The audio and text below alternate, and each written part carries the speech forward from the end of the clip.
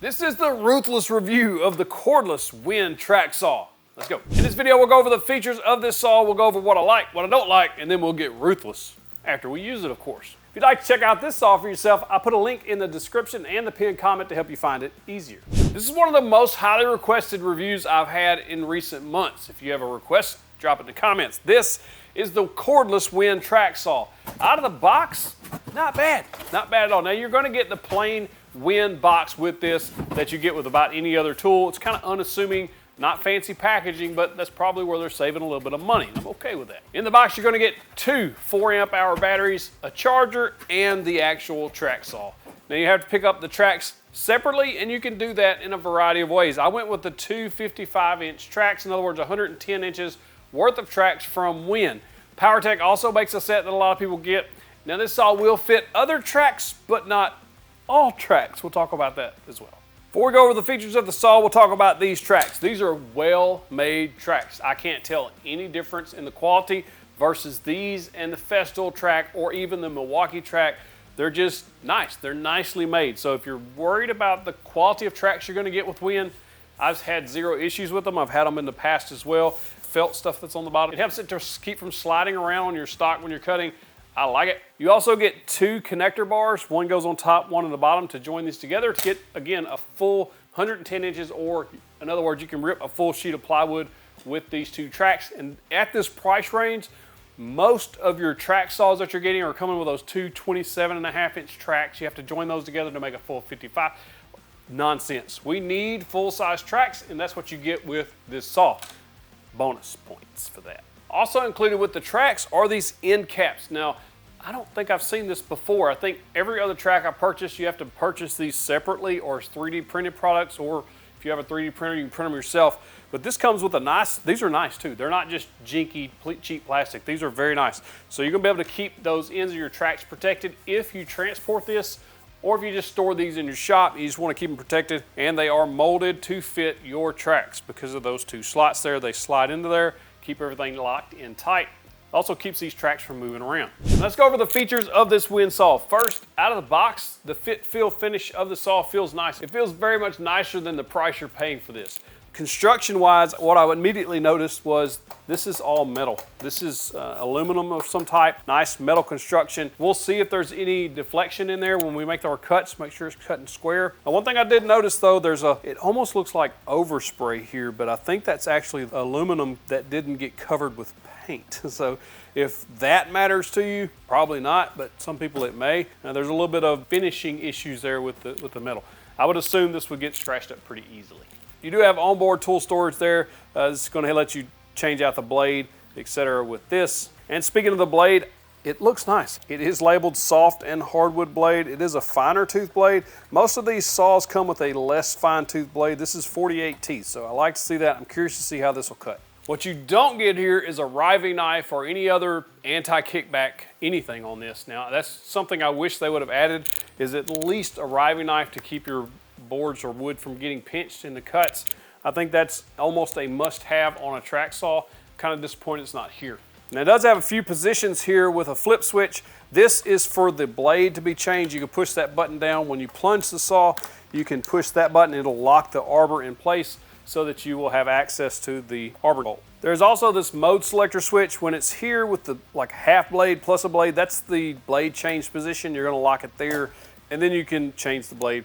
Now, this is basically free cut mode. In other words, it's gonna plunge as deep as you have set on the depth set. And then finally down here, they do have a scribe option. So if you flip that down, it will actually stop the blade at just below the surface so you can make scribe cuts on your sheet goods, helps prevent splintering, etc. Markings and everything are very legible on here, black on white, pretty easy to see. It is a little less refined than some that I've seen as far as I don't know, there's a little bit of smearing in the coloring there, it looks like. Not a lot, but it's gonna be rubbed off fairly easily, I think. Now, as far as the adjustment knobs go, they're plastic, but so are plastic on most every other saw, including Festool and Milwaukee. Not really concerned about that. Now, the depth adjustment knob reminds me of the Ryobi track saw because of the way it's almost a little jinky here because it just doesn't flow smoothly. The knobs on the Milwaukee, Festool, Rigid, etc. are much better as far as the depth adjustment, faster, easier to use. It's manageable, it's just not as easy to use. It gets kind of stuck when you go to move it. Overall, you do have a lot of adjustment there just to fine tune everything, and there is an indicator for on track and off track. So you have everything you need, it just doesn't work as well as others. Adjusting the bevel, easy enough. There's two knobs, you're just gonna loosen those off, and one on the front, one on the back, and then you'll be able to adjust it as needed. There are track adjusters on each end here, two little turn knobs. You're gonna be able to dial in or tighten it up on the track. You just don't want it to move to and fro or left and right. What you want is to be kind of snug, but not snug enough that it won't move on the track. And then, surprisingly, what we have here is an anti-tip. So if you're doing bevel cuts, I like seeing this. There's saws that should have this on there that don't, but I do like the fact that this is on this saw. At first glance, on the dust collection port, if you have a Festool dust extractor or any dust extractor with this size hose, it won't go in there, but they do send this adapter in the kit with it that slips in here. So this is gonna give you a pivot dust extractor spot port, and your hose will fit in there perfectly. So I'm glad to see that. I'm curious to see how well the dust extraction works though. Should work all right, I think. Now this is a 2-battery system. This isn't? So what you'll see is when you put one battery on, unlike the Festool, which can run off of one single battery, this does not. You don't get that option. You gotta have them both or you don't use it, but you do see that this lights up and you can adjust the speed. This is variable speed from 1 to 5, whatever that means. You can adjust that with a push button, but it will not operate until you put the second battery on. I wish they would have let you use one battery, and I also wish that if you're gonna make it a 2-battery system, we're doomed. Then you should have 2 batteries to be able to be charged simultaneously instead of the single battery charger, because time is money. And so if you're having to wait for 2 batteries to charge up, then you have to charge one, then the other, or you can't use the saw, or you have to buy extra batteries. It would just be better if they had 2. First power up, we'll see what we got.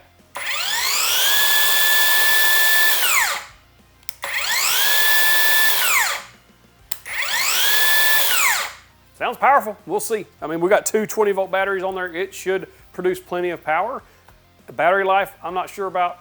Let's find out. As far as weight goes with both batteries on there, it's not overly heavy. It's got some heft to it, but it's not overly heavy.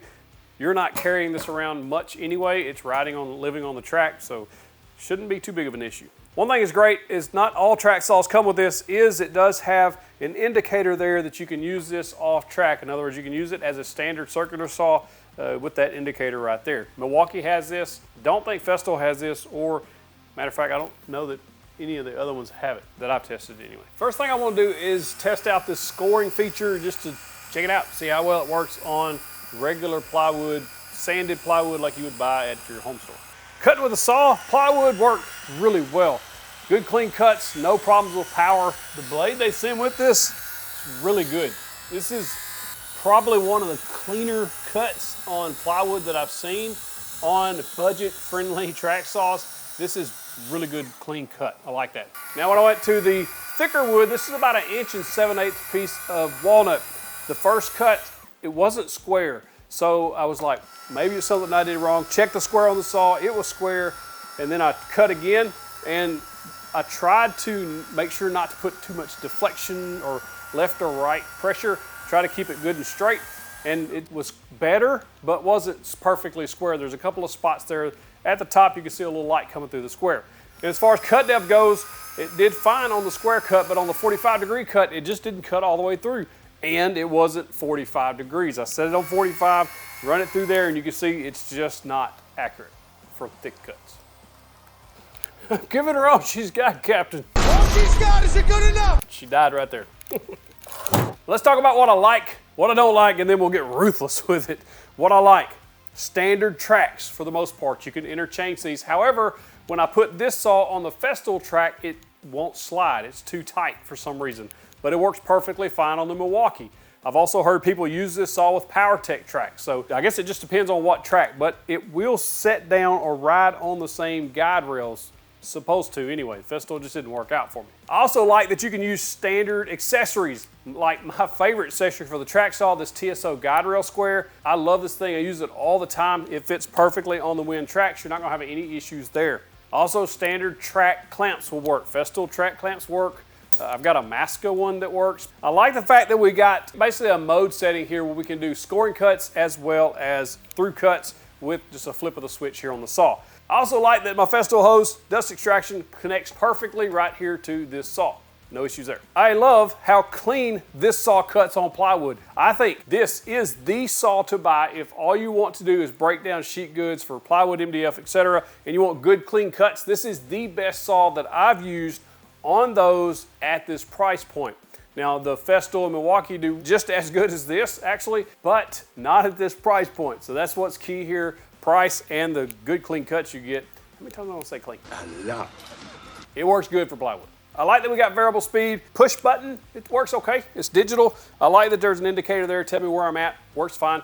I also like that you can use this off track and it does have that indicator so you can just use it as a regular circular saw. I really appreciate that it is an anti-tip feature built right into this saw. You typically don't get that at this price point, and I think that it works well. I like that it's an all metal construction for the most part as far as the frame goes. That's key.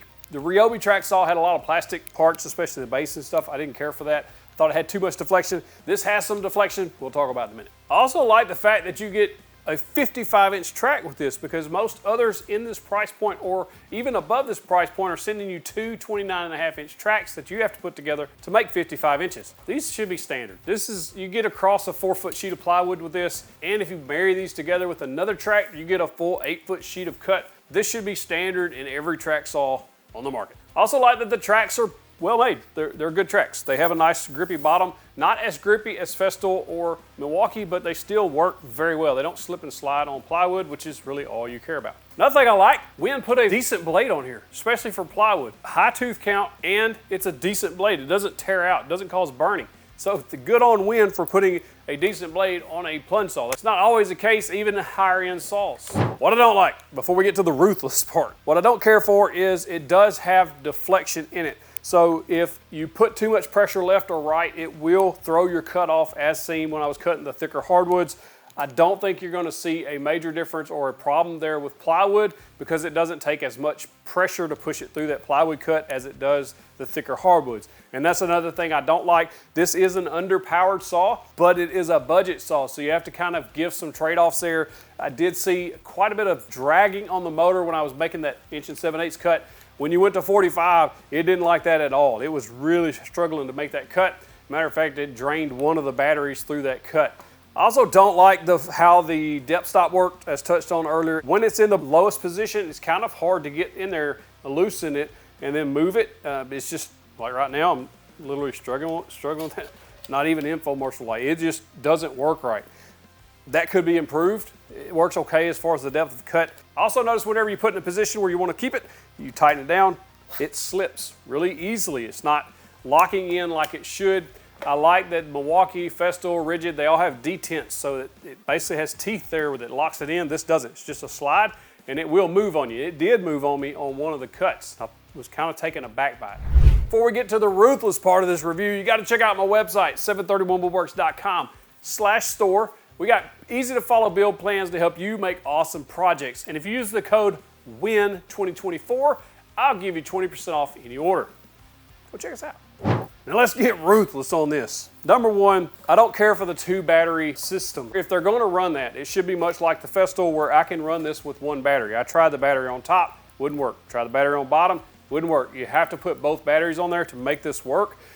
And that also is another ruthless part of this. I don't think you should have to charge 1 battery at a time. If I've got to use both of these batteries, I should have a dual charger. I know that would add to the cost, but if we're being ruthless, we're being ruthless. Next up, it won't cut square. You can't on thick cuts. So this is not a very good saw for thicker hardwoods, in my opinion. I just think there's better options out there. I think the Rigid is a better option. It's gonna cost you more, but if you're looking for square cuts, that matters in woodworking. And if you're gonna need it for thicker woods, this isn't the saw for you. However, if you want it for plywoods and MDF, this is a fantastic saw for that. Dust collection is abysmal. For a track saw, I was surprised at how much dust this was throwing out. I've never seen, I don't recall seeing a track saw, a true plunge saw with the shroud over the blade like this, produce that much dust when dust collection is attached. And there is no bag included with this, so you gotta have some type of hose to collect this dust, or try to. It just doesn't work that great. And I think that these adjustments should be better. I don't think this should slip on me when I'm trying to basically have a depth stop on there. And if I put a little too much pressure, not even putting a lot of pressure, it moves. And it moves quickly and jerks. And I just don't think that's a good thing. I think that could be a safety issue at some point. And speaking of safety, this should have a riving knife. Every track saw, in my opinion, should either have anti-kickback like Festool, or they should have a riving knife like every other saw on the market. Even Ryobi saw, even though poorly done, has a riving knife. Ridgid has a riving knife. Milwaukee, riving knife. The riving knife keeps those thicker cuts from binding up and causing a kickback. That should be a mandatory thing on all track saws. Overall, even with the ruthlessness of this review, I think this is a fantastic saw for plywood. This is what I will recommend anybody that asks me what should I buy for a track saw for just cutting plywood to get it into smaller pieces or just so that I can manage it in the shop. WEN Cordless track saw all day long. This is a very, very good saw for that. What's impressive to me is how cleanly it cuts. The other options in this price range, like the Skill, it caused quite a bit of tear out on the plywood. This, butter smooth. It was really, really good. Actually quite impressed with this saw for plywood. Now, thicker cuts, you gotta look somewhere else. I don't think this is a saw for thick cuts. What do I do with all these tools that I get? Well, 99% of them go to our 2x4 Nation members. We give those away quarterly to them, and they are our direct supporters through Patreon and channel membership. Details in the description below if you're interested in that. If you like this ruthless review, you gotta tell me what else I need to give a ruthless review to. Drop it in the comments. If you don't have a track saw or the budget for a track saw, you gotta check out the Milescraft Guide. It connects to almost any circular saw and turns it into a track saw. That was one of my favorite products of 23. You gotta check it out. Click that box, get you the big old virtual fist bump.